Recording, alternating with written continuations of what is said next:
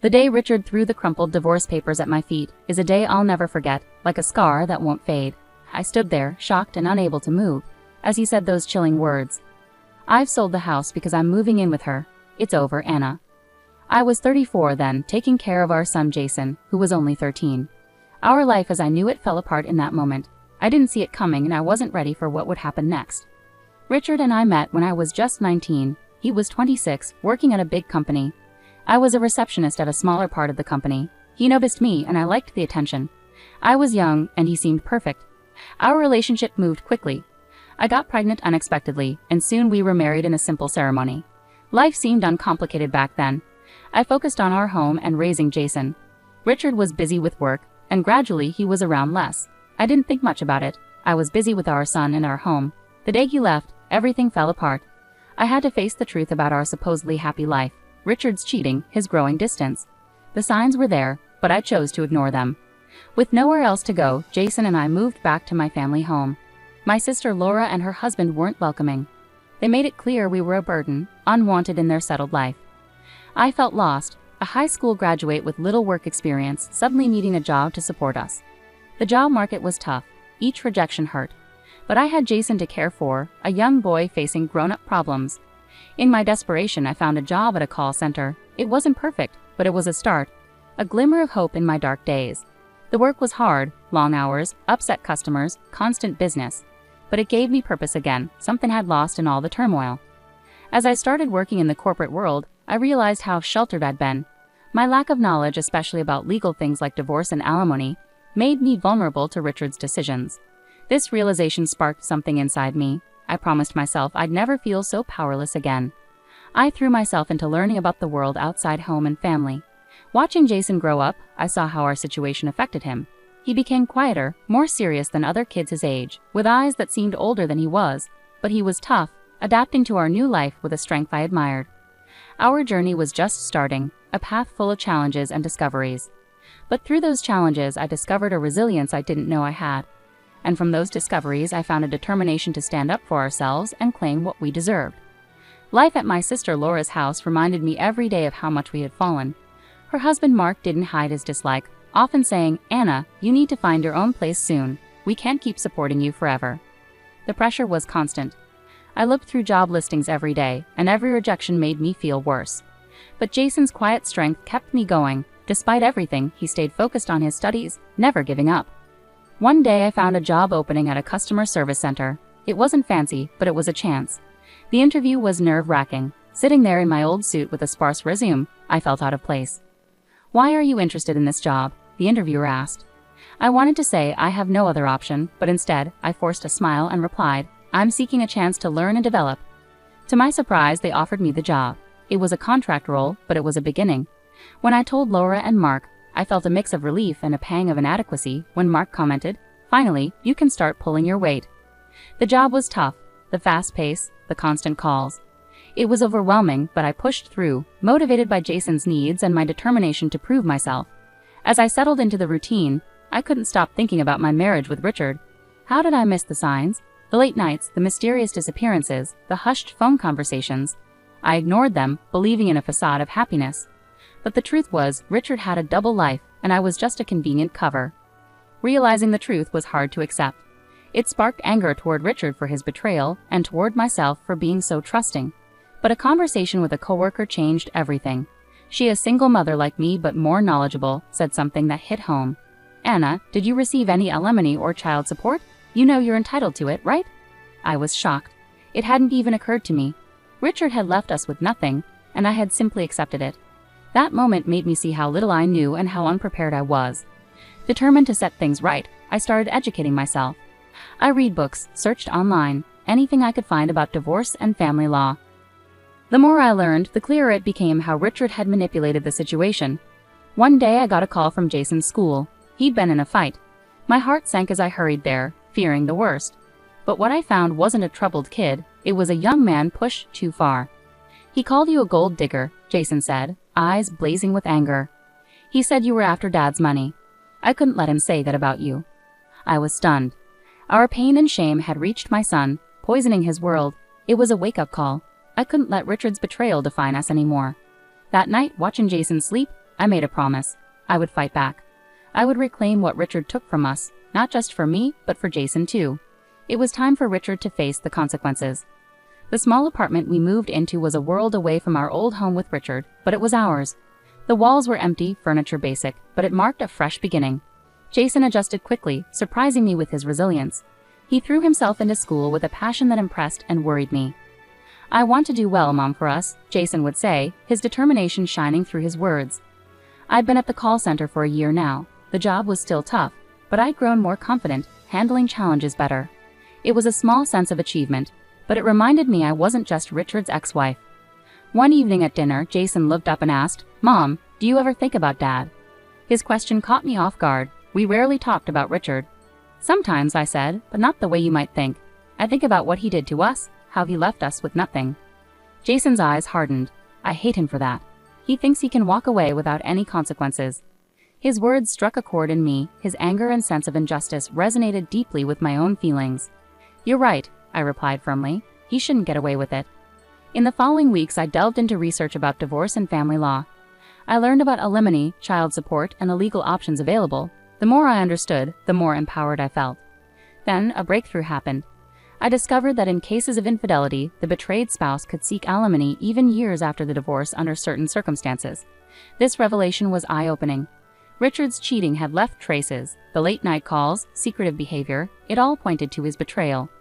Buoyed by this revelation, I sought out a lawyer. She was understanding, her eyes showing empathy beyond professional duty. "You have a case," she confirmed, "but it won't be easy. Are you prepared for this?" I nodded, my determination solid. "I'm ready, for myself and for Jason." The lawyer outlined our strategy. We would pursue alimony, highlighting Richard's infidelity and his failure to support us financially after the divorce. It would be a challenging process, but I was prepared. I had to be. Jason stood by me, his quiet strength a reassuring presence. "We'll get through this, Mom," he assured me. "We're in this together." On the day we filed the lawsuit, I felt a whirlwind of emotions, fear, anxiety, but most of all, a sense of justice. Richard had hurt us, and it was time for him to face the consequences. As the legal battle unfolded, I braced myself for the pushback. Richard wasn't going to accept this quietly, but I wasn't the naive woman he left behind. I had grown stronger, more knowledgeable, and I was prepared to fight. The legal battle against Richard opened a Pandora's box. The lawyer's investigation uncovered more than just infidelity. It exposed a web of lies and deceit that Richard had spun over the years. One afternoon in the lawyer's office, she handed us a file. "This is more than I expected," she said gravely. Richard wasn't just cheating, he was leading a double life. The documents painted a damning picture. Bank statements, credit card bills, and photos revealing Richard's secret life. He lived lavishly while neglecting his family. "Take a look at this," the lawyer pointed to a photo. It showed Richard, smiling and carefree with another woman, his arm around her. My heart sank at the sight, but I faced it head-on. This was the harsh truth. Jason's expression hardened as he examined the evidence. "How could he do this to us? To you?" His voice betrayed a mix of anger and disbelief. "We'll hold him accountable," I asserted firmly. "He won't escape this." The legal battle took its toll. Richard's lawyers were aggressive, trying to undermine me, portraying me as a bitter ex-wife. But I stood my ground, supported by Jason and our lawyer, bolstered by the evidence we had gathered. Then came the day of the deposition. Richard sat opposite us, looking confident. However, that confidence faded as our lawyer began presenting the evidence. "Mr. Richard, can you explain these expenses?" she asked, her tone sharp, sliding the bank statements across the table. Richard glanced at the documents, and I sensed a flicker of panic. "These are personal expenses. They're unrelated to my marriage." "And these photos," the lawyer continued, her gaze steady, "they tell a different story." Richard's facade began to crack. He stumbled for words, his composure slipping. "It was just a fling, nothing serious." Jason cut in, his voice cold. "You destroyed our family for a fling." The tension in the room was palpable. Richard's lawyer tried to intervene, but it was too late. The evidence was damning, Richard's excuses weak and unconvincing. Leaving the deposition, I felt a mix of satisfaction and vindication. Richard had been exposed as a cheater.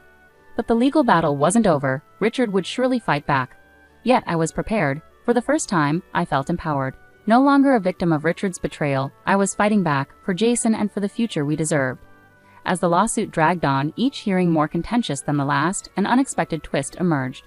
One evening, Jason came home with an unusual expression. "Mom, you won't believe what happened today," he said, a mix of disbelief and amusement in his voice. "What happened?" I asked eagerly.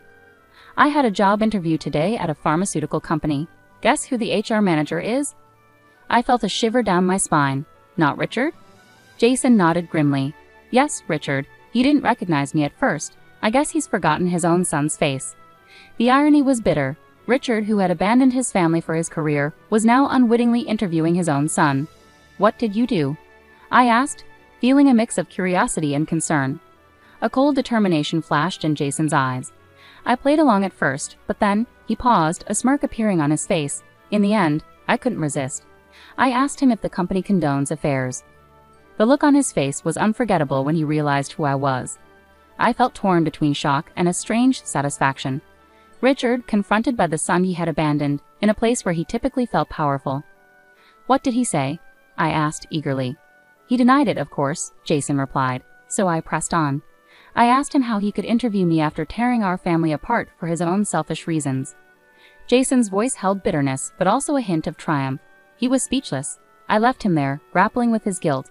The revelation hit me hard. Richard was finally facing the consequences of his actions in a way he never expected. It was a twist of fate that felt almost poetic. But why did you go to that interview? I asked, still trying to process it all. Jason's answer was simple yet profound. I needed to confront him face to face, to show him that despite everything, he didn't break us. We're still standing, and we're fighting back. The aftermath of Jason's encounter with Richard at the job interview stirred waves in our ongoing legal battle. Richard, now confronted by his own son, grew more desperate in his defense. Our lawyer, Miss Carter, called us for a strategy meeting. Richard's lawyers are pushing for a settlement, she informed us in her office, but considering the evidence and Jason's testimony, I believe we can aim higher. What do you want to do? I turned to Jason, wanting his input. His expression was resolute, his determination unwavering. We press forward, he declared firmly. He needs to face consequences, not just financially, but morally as well. Miss Carter nodded firmly. Okay, let's get ready for the next meeting. It's going to be tough, but we have the truth on our side.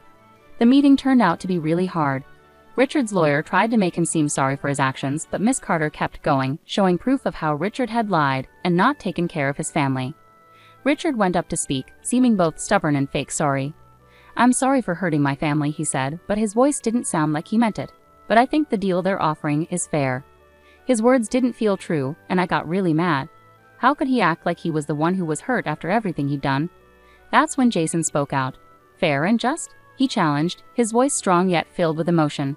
Was it fair to leave your family behind, to lie and cheat, while we struggled to make ends meet? The courtroom went quiet, Jason's words hanging heavily in the air. Richard glanced at his son, perhaps feeling a flicker of guilt, but it was too late for regrets. After thinking it over, the judge decided in our favor. The settlement was much more than what Richard had offered, a clear recognition of the harm he had caused. Leaving the courthouse, I felt a sense of justice. It wasn't just about the money, it was about holding Richard responsible for his actions. We did it, Mom, Jason said, a small smile forming. We finally made him face the consequences. The victory in court against Richard wasn't just about winning, it was about restoring our dignity and beginning to heal. But the story didn't stop there. The fallout from Richard's actions began to affect his life, both at work and personally. One evening, a few weeks after the trial, I got a call from a former colleague who worked with Richard at the pharmaceutical company. Anna, have you heard about Richard? She asked, sounding surprised and intrigued. No, what happened? I replied, feeling a mix of curiosity and concern. He's been demoted, she disclosed.